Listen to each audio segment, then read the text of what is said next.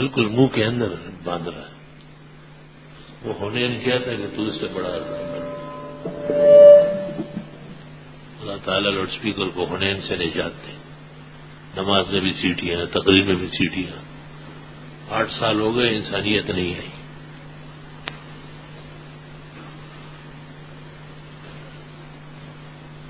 ایک تماشا بنایا ہوا ہے. شرم و حیا ہو تو ایسا نہ ہو.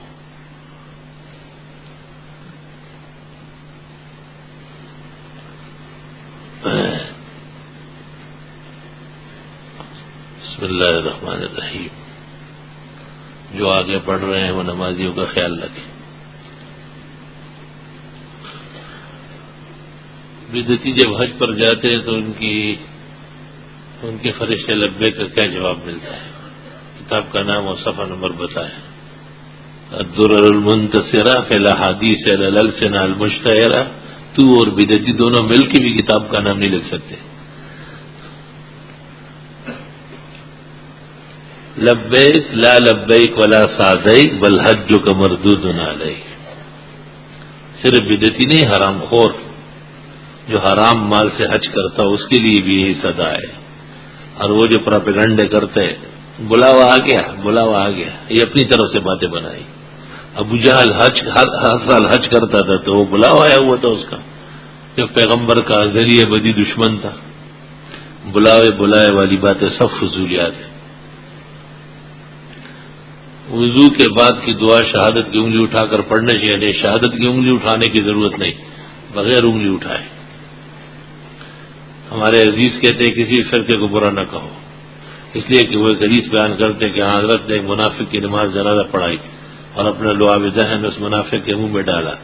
پہلی بات تو یہ کہ برے کو برا کہنا فرض ہے، برے کو برا نہ کہنا کو گناہ ہے.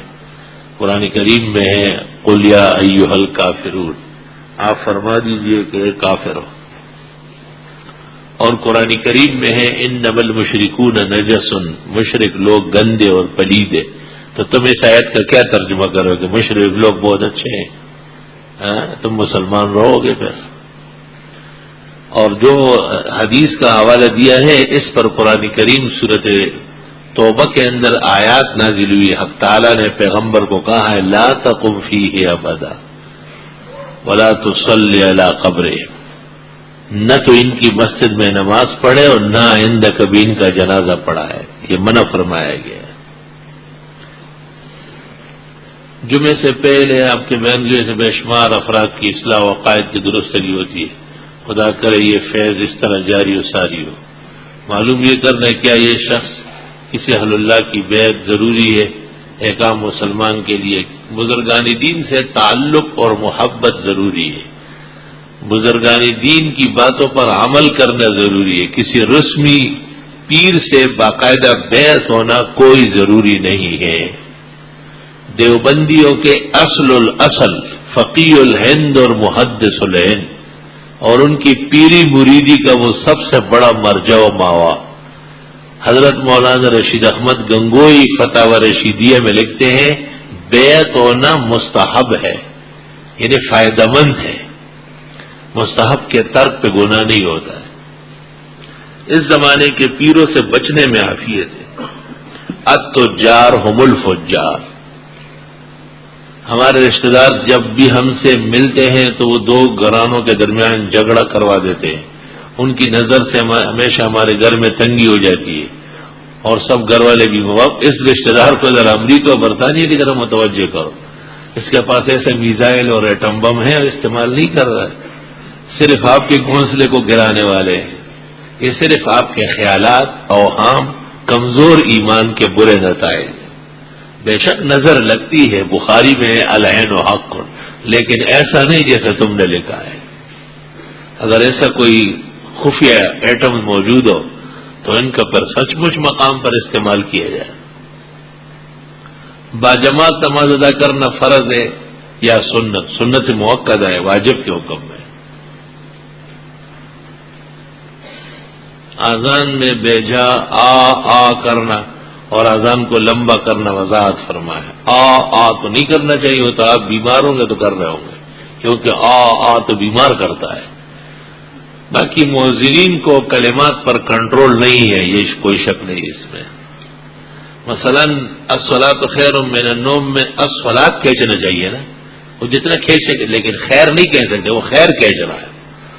الصلاۃ تو سادہ پڑھ لیا، پھر خیر یہ وہ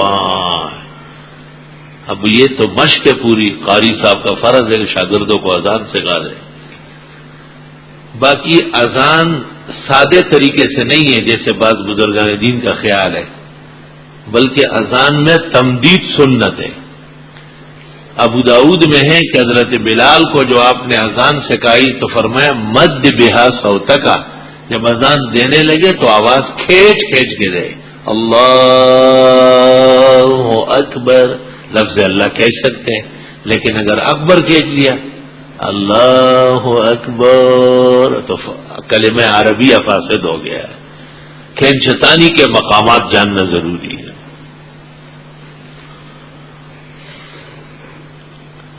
اذان کو طریقے سے اس کے کلمات لمبے کرنا درست اور صحیح ہے.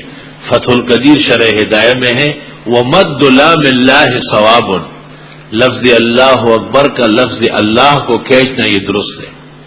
دفتر میں مرد عورت عموماً ایک ساتھ کام کرتے ہیں، اگر ان میں بام سلام کا رواج ہو تو کیا یہ جائز ہے؟ فتاوے کا بھی حوالہ ہے. فتاوے تو آپ کو جنرل مشرف دیں گے، آج کل وہ بڑا مفتی ہے، اس کی کتاب 5 جلدوں میں فتوے کی آ رہی ہے.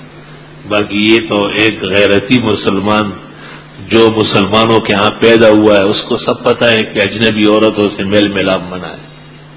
آپ سلام میں مردوں کی نیت کر لیں. امام آخری قاعدے میں ہو تو مقتدی تکبیر تحریمہ کے بعد قاعدے میں جائے. جانے کے لیے ایک اور تکبیر کہنے کی ضرورت ہے؟ نہیں، ضرورت نہیں ہے. اصولیین نے لکھا ہے کہ وہی اللہ اکبر جس سے نماز شروع ہوئی وہ کافی ہے. نیچے جانے کے لیے بھی افضل و بہتر یہ ہے کہ اللہ اکبر کر کے ایک لمحے کے لیے کھڑے رہے اور پھر دوسرا اللہ اکبر کر کے نیچے جائے. جمعے کے دن نماز کے لیے 2 اذانیں ہوتی ہے، ایک محراب میں ایک مسجد میں. کیا دونوں اذانیں مسجد کے اندر دی جا سکتی؟ اذان ثانی مسجد میں سنت ہے اور اذان اول مسجد سے باہر دینا سنت ہے. رات کو ہم نے تفصیل سے یہ مسئلہ بیان کیا ہے. حدیث شریف میں لا یؤذن فی المسجد، مسجد میں اذان نہ دی جائے، تو اس سے مراد 5 وقت اذان پہلی والی ہے. وہ محراب سے بائیں طرف باہر جگہ ہو اور وہاں اذان خانہ ہو. جماعت کی نماز میں امام رکوع میں ہے، مقتدی جماعت میں شامل ہونے کے لیے مقتدی کو تکبیر تحریمہ کہہ کر باندھنا ضروری ہے. یعنی اللہ تکبیر تحریمہ تو کہے گا، اس کے بغیر تو نماز ہی شروع نہیں ہوگی. تکبیر تحریمہ کھڑے ہو کر کہے اور پھر رکوع میں جائے. 4 رکعت سنت یا فرض کی جگہ غلطی سے 5 رکعت، لیکن دل میں 4 ہے، درست و صحیح ہے. ہم نے اپنے علاقے کے لوگوں کی گواہی پر عید منایا تھا، حالانکہ پاکستان کے ہلال کمیٹی عید کا اعلان نہیں کیا، تو کیا ہم گناہگار ہوں گے؟ سرحد والوں کو تو میں نے یہ بات منوائی تھی کہ پیر کے دن جنہوں نے عید کی ہے وہ روزہ دوبارہ رکھے، اور جنہوں نے سب سے پہلے اعلان کیا تھا وہ ملنے آیا تھا، اس نے اعتراف کیا کہ یہ روزہ رکھنا چاہیے. کراچی کے علماء تو کہتے ہیں کہ منگل کا بھی رکھے. منگل اور بدھ دونوں میں نزاع ہے، لیکن پیر کے دن جنہوں نے عید کی ہے انہوں نے بہت زیادتی کی ہے، اور حقیقت یہ ہے کہ وہ قابل جرم ہے. وہ لوگ یقیناً روزہ رکھیں. اصل میں انہوں نے شروع سے روزے پہلے رکھے. ڈیرہ سمیل خان والے چاہتے تھے کہ بدھ کو عید کر دے، لیکن ان کے روزے 31 ہو رہے تھے. تو فضل الرحمان لالا نے ان کو کہا کہ چلو خیر ہے، آج کر لو عید، کوئی بات نہیں. جناب یہ مسئلہ واضح کرے کہ کیا کالے سرمے کی طرف سفید سرما بھی سنت ہے؟ سفید سرما جس کو تلخ سرما کہتے ہیں وہ علاج ہے. آنکھوں کی پلکیں اس سے پیدا ہوتے ہیں، بعض روایت میں اس کا ذکر آیا ہے. فَإِنَّهُ يَجْلُ الْبَصَرَ وَيُنبِتُ الشَّعْرَ، کیونکہ وہ بینائی کو تیز کرتی ہے اور پلکیں اگاتی ہے. کچھ لوگ کہتے ہیں کہ اجرک کا کپڑا آپ استعمال کرتے تھے، یہ تو کوئی سندھی روایت ہوگی. اجرک تو سندھیوں کا لباس ہے. کسی اشیاء پر قرآنی آیت پڑھ کر کسی مردے کو ایصال ثواب پہنچائے، یہ صحیح ہے، درست ہے. آپ نے کھانا پانی پھل کھیر سب رکھ کر کے، اور ساتھ ہی بھی کہا کہ فاتحہ و سورتیں پڑھ لیں، لیکن یہ کوئی فاتحہ رسانی کا طریقہ نہیں ہے کہ آپ اسے ضروری سمجھیں. اس کے بغیر ہی آپ فقراء مساکین کو کھانا کھلائے، ثواب کی نیت سے مردوں کو ثواب پہنچے گا. بدعتیوں کی طرح سامنے رکھنا ضروری نہیں ہے. اگر کھانے کے ساتھ فاتحہ و سورتیں بھی پڑھ کر بخشی گئی تو کوئی حرج نہیں. حافظ تیز کرنے کوئی بہترین وظیفہ حضرت امام الاثر مولانا انور شاہ صاحب رحمۃ اللہ علیہ کی سوانح پڑھے، تقدس انور یا انوار انوری. حج پر جانے والے حضرات وہاں تو قربانی کرتے ہیں، کیا اپنے ملک میں بھی قربانی کر دے؟ وہاں تو مناسک کا حصہ ہے. درست بات یہ ہے کہ ایک شخص پر سال میں ایک ہی قربانی ہے، گھر پر اور افراد کی قربانی ہوگی. سوال یہ کہ رمضان میں ترویحہ پڑھتے وقت بعض جگہ سب لوگ الصلاۃ بر محمد کا نعرہ لگاتے ہیں. خالص بدعت، بے دینی، بے راہ روی اور ناکارہ عمل ہے. ایک عورت نے یوں کہا کہ یا اللہ اگر مجھے بچہ بچی ہو جائے تو میں اس کو پورے 2.5 سال دودھ پلاؤں گی، لیکن جب اس کو بچی پیدا ہوئی تو 1 سال اس کو دودھ پلایا، پوری مدت نہیں. تو کیا اس عورت پر کوئی چیز واجب ہے؟ اس نے تو دودھ کا کہا ہے، اپنا دودھ تو نہیں کہا ہے، خواہ گائے کا ہو، دانش والوں کا ہو.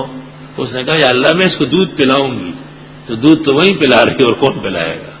اس سے اس پر کوئی نظر و قسم نہیں آ رہا کہ اللہ میں اس کو دودھ پلاؤں گی. تو آج کل تو 90% عورتیں وہ ڈبوں والا دودھ پلاتی ہے، وہ تو خرمست عورتیں ہیں، اگر وہ دودھ پلائے تو وہ جلدی پر دوبارہ کام نہیں بنے گا. اس لیے وہ شور مچائے تھے دودھ نہیں آ رہا، دودھ نہیں آ رہا. دودھ تو اللہ نے بچے کی پیدائش سے پہلے تھنوں میں پیدا کیا ہے، وہ دینا نہیں چاہتی. ان الفاظ سے جو تحریر میں لکھے گئے ہیں خاتون پر نظر کا ایجاب یا قسم نہیں آ رہی ہے. ویسے نظر ٹوٹ جائے تو قسم آتی ہے، 10 مسکینوں کو 2 وقت کھانا دیا جاتا ہے. رومال کے ہوتے ہوئے صرف ٹوپی پہن کر جماعت کرانا جائز ہے یا نہیں؟ بعض لوگ کہتے ہیں کہ امامہ یعنی رومال ٹوپی سے پڑھی جانے والی نماز 1000 درجے افضل ہے. یقیناً پگڑی باندھ کے نماز پڑھنا افضل و بہتر ہے، لیکن بغیر پگڑی کے بھی ٹوپی سے نماز پڑھنا درست ہے. البتہ اس کو عادت بنانا اور پگڑی بالکل نہ استعمال کرنا مکروہ اور برے اعمال میں سے. فتاوی امینیہ المخطوطہ صفحہ 128، فیض الباری کتاب اللباس فصل فی العمائم. بعض لوگ امام صاحب کے سلام پھیرنے کے بعد کہہ دیتے ہیں کہ امام ٹوپی کے اوپر رومال بھی باندھ لو. بہت اچھا کہتے ہیں. امام صاحب کیوں ماسٹر صاحب بنے ہوئے؟ چاہیے کہ لوگ ایک ایک پگڑی لائیں اور امام کو اڑاتے رہے. امام صاحب سے پہلے بات کر لے کہ کیا آپ کو پگڑی کے سنت ہونے کا انکار ہے؟ اگر وہ کہے کہ میں اس کا سنت ہونے ہی نہیں مانتا تو اس کے پیچھے نماز پڑھنا ہی جائز نہیں. اور اگر وہ کہے کہ سنت تو ہے میری کمزوری ہے تو ان سے درخواست کی جائے کہ وہ پگڑی کا استعمال شروع کر دیں. کھجور کے چھلکوں اور پلاسٹک کی بنی ہوئی ٹوپی استعمال کرنا جائز ہے؟ بالکل جائز ہے. ناچ نہ جانے انگن ٹیڑھا.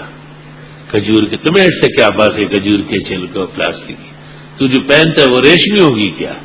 گھر سے تو ننگے سر نکلا ہوا ہے لڈو کی طرح. شکر کرو کہ مسجد والوں نے آپ کے لیے ٹوپیاں رکھی ہے، پلاسٹک کی ٹوپیاں اور جو ہے نا کھجور کے چھلکوں کی، تاکہ یہ ننگے سر کا عادی ہو جائے. ننگے سر رہنا پھرنا تو بازاریوں کا طریقہ ہے، یہ تو اہل اللہ اور ایمان والوں کی شان ہی نہیں ہے.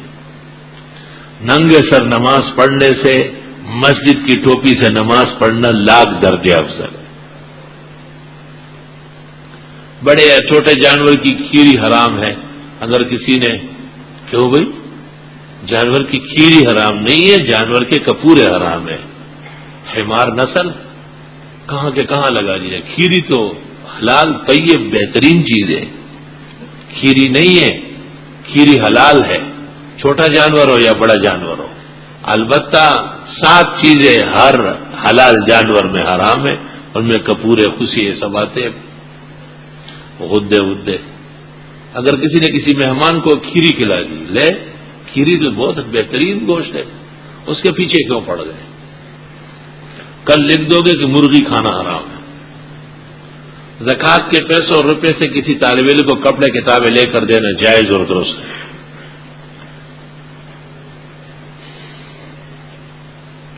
امام سیوطی کی کتاب صحیح ہے، یعنی بتائیں مجربات امام سیوطی درست ہے. اس میں جو ٹوٹ کے لکھے ہوئے ان کو کرنے والے گناہگار تو نہیں، یہ تو جلال سیوطی سے پوچھیے تھے، شیخ صاحب میرا نکاح مطلوبہ جگہ پر نہیں ہو رہا ہے تو کوئی ایسا وظیفہ بتائے کہ جیسے کرنا ہے اور پڑھنے سے میرا نکاح ہو جائے۔ میں لوگوں کے جھگڑے مول لوں گا، وہ تمہیں رشتہ دے نہیں رہے، ان کے خلاف مجھ سے لاؤڈ اسپیکر پر وظیفہ مانگ رہا ہے، ایسا پاگل ہے۔ العشق فنون وکل فن جنون، کیا یہ بات درست ہے مرنے کے بعد میاں اور بیوی ایک دوسرے کے لیے غیر محرم ہو جاتے؟ جی ہاں، یعنی خاوند اگر مر گیا تو بیوی تو 4 مہینے 10 دن تک اس کی نسبت میں رہے گی، عدت گزارے گی، اور خاتون اگر مر گئی تو رشتہ جڑ سے ختم ہو گیا۔ البتہ مری ہوئی عورت کا خاوند اس کا چہرہ دیکھ سکتا ہے، فتاوی شام، اتنی تھوڑی بہت گنجائش باقی ہے۔ مشرف صاحب تو بہت بڑھا رہے ہیں لیکن اتنی ہے، بس زیادہ نہیں۔ کسی کی ظہر کی نماز رہتی ہو اور عصر کی نماز کا وقت ہو جائے، فوراً پہلے ظہر پھر عصر، وقت داخل ہونے کے بعد بھی ظہر پڑی جائے گی لیکن قضا ہو گئی۔ سلام کے بعد اموال زکوٰۃ میں سے سونا موجود ہے، لیکن جو نصاب تک نہیں، اگر اکثر گھروں میں سونا کم تعداد میں موجود ہوتا ہے، اس طرح نقدی بھی کچھ نہ کچھ ہوتی ہے، کیا اس پر زکوٰۃ ہے؟ اکثر علماء اس وقت کے کہتے ہیں کہ اگر 1 تولہ سونا بھی ہے تو اس کی بھی قیمت اچھا خاصا 14-15 ہزار روپے بنتی ہے، تو ان پر یہ لوگ کہتے ہیں کہ زکوٰۃ ہے۔ مجھے تعجب ہے اس فتوے پر، لیکن اکثر علماء اس وقت کے اس خیال میں ہے، اس عاجز اور فقیر کے نزدیک اگر اور چاندی یا نقدی موجود ہو تو جمع ہو کر زکوٰۃ آ جائے گی، سونے کی حیثیت سے جب تک 7.5 تولے پورا نہ ہو زکوٰۃ نہیں آئے گی۔ مردے کی ایصال ثواب کی نیت سے 40ویں کی دعا اور ختم قرآن کیسا ہے؟ مناسب نہیں، پہلے کر لے یا بعد میں کرے۔ 40ویں کی رسم بدعت ہے۔ نمازی کے وضو ٹوٹ جانے سے جماعت کے دوران نماز جماعت سے باہر چلا جائے گا تو اس خالی جگہ کو کیسا پر کیا جائے گا؟ پیچھے سے آدمی آگے ہو جائے گا۔ پوچھ نہیں کہ قبر کے اوپر قرآن پاک کھول کر پڑھنا جائز ہے، کھول کر یا بند کر کے تلاوت جائز ہے۔ قیام اللیل کی 2 رکعات بھی پڑھ سکتے ہیں، جی ہاں 8 بہتر ہے۔ تہجد کی بھی 2 پڑھ سکتے ہیں، 12 بہتر ہے۔ صاحب ترتیب آدمی کی ظہر کی نماز قضا ہو گئی، اب عصر کی نماز میں مسجد گیا اور جماعت تیار تھی، اب وہ آدمی آیا پہلے ظہر پڑھ لے پھر عصر پڑھ لے، صاحب ترتیب جماعت چھوڑ سکتا ہے۔ ایسی کوئی حدیث ہے کہ جس میں 69 درجے نیت کے ہوں اور 1 درجہ عمل کا؟ مجھے معلوم نہیں۔ اگر میری امی مجھے مولویوں کے بیانات سننے سے منع کرتی ہے جیسے کہ طارق جمیل وغیرہ، تو کیا مجھے ان کی فرمانبرداری کرنا چاہیے؟ علماء دین کے بیانات سنیں اور اپنی امی کو سمجھائے کہ وہ مسلمان رہے اور مسلمان مرے۔ اگر علماء کا بغض دل میں ہو تو دنیا سے کافر گزر جائے گی۔ صرف یہ بات نہیں بلکہ اس امی سے پھر پکی بائیکاٹ ہوگی، اگر یہ مر گئی تو جنازہ نہیں پڑھو گے، قبر پر دعا کے لیے جانا بھی ناجائز ہوگا۔ صحیح فتوے لیں گے تو پھر ٹھکانے لگ جاؤ گے۔ بہتر یہ ہے کہ امی کو سمجھاؤ مسلمان عورت ہے اور اس کو اسلامی اخلاق سکھاؤ اور اس سے آگاہ کر لو کہ علماء دین کی توہین یا ان سے برگشتہ کرانا یہ کفر ہے۔ اہانت العلماء کفر۔ سلام کے بعد عرض ہے کہ اگر جمعہ نماز سے پہلے والی سنت چھوٹ جائے تو فرضوں کے بعد پہلے وہ 4 پڑھ لیں۔ مرد کا دوسری شادی کرنے کے لیے اپنی بیوی سے اجازت آئلی قوانین میں ضروری ہے، شرعاً نہیں۔ ہدیہ اور صدقے میں کیا فرق ہے؟ یہ نیت سے تعلق رکھتا ہے۔ اگر مستحق جان کر کے دے دے تو صدقہ ہے، اور اگر معزز جان کر کے دے دے تو ہدیہ ہے۔ ایک صاحب کے 2 بیٹے اور 1 بیٹی ہے، بیٹی اس کی نافرمان ہے، وہ اپنی بیٹی کو جائیداد کا حصہ نہیں دینا چاہتا، زندگی میں محروم کر سکتا ہے، وہ اپنی زندگی میں اپنے تمام دے دے؟ جی ہاں، اس کا اعلان کر لے اور بیٹے کو قبض کروا دے اور ایک عاق نامہ لکھ دے کیونکہ کہ اس لڑکی سے مجھے عمر بھر تکلیفیں پہنچی ہے اور مجھے اس نے بے آرام کیا ہے، اس لیے میں اس کو اپنے جائیداد کا کوئی حصہ بھی نہیں دینا چاہتا، اور یہ وضاحت کرے کہ میں نے اپنی زندگی میں ہوا سے مدرکہ کے ساتھ اپنے بیٹے کو تمام اموال کا مالک بنا دیا ہے، کیونکہ اگر ایسا نہیں کیا تو مرنے کے بعد وارث ہو جائے گی۔ عرض ہے کہ عمرے میں قربانی ضروری نہیں تو آپ قربانی کے لیے کیوں جانور لائے؟ تو یہ اس لیے کہ قربانی مستقل عبادت ہے اور اہل مکہ کو پتہ چل جائے کہ ہم خالص مناسک کے لیے آئے ہیں، لڑنے نہیں آئے۔ بدعتی مسلک کے مفتی کہتے ہیں کہ پینٹ کے نیچے سے پانچے موڑ کر نماز پڑھنا مکروہ ہے، مد دلیل، فاتوا برہانکم ان کنتم صادقین. حضرت عمر فرماتے ارفع ثوبک، کپڑا نیچے والا اوپر کر لو. اوپر کرنے کے دونوں طریقے ہیں، نیفے سے کھینچنا بھی ہے اور پانچے لپیٹنا بھی ہے، کوئی ممانعت نہیں ہے. نماز پڑھتے وقت ٹوپی کو تھوڑی پیچھے کر کے یعنی اچھا پہنی ہوئی اور آگے تھوڑے سے بال نکلو، کوئی حرج نہیں ہے، تاکہ سجدہ خوب ہو جائے. مسجد کے امام اکثر فجر کی نماز نہیں پڑھاتے، اور اگر آتے بھی ہے تو وقت کی پابندی کا خیال نہیں کرتے، جبکہ رہائش بھی مسجد کے ہاتھ میں. استغفر اللہ واتوب الیہ، لا حول ولا قوت الا باللہ، لا الہ الا اللہ محمد رسول اللہ.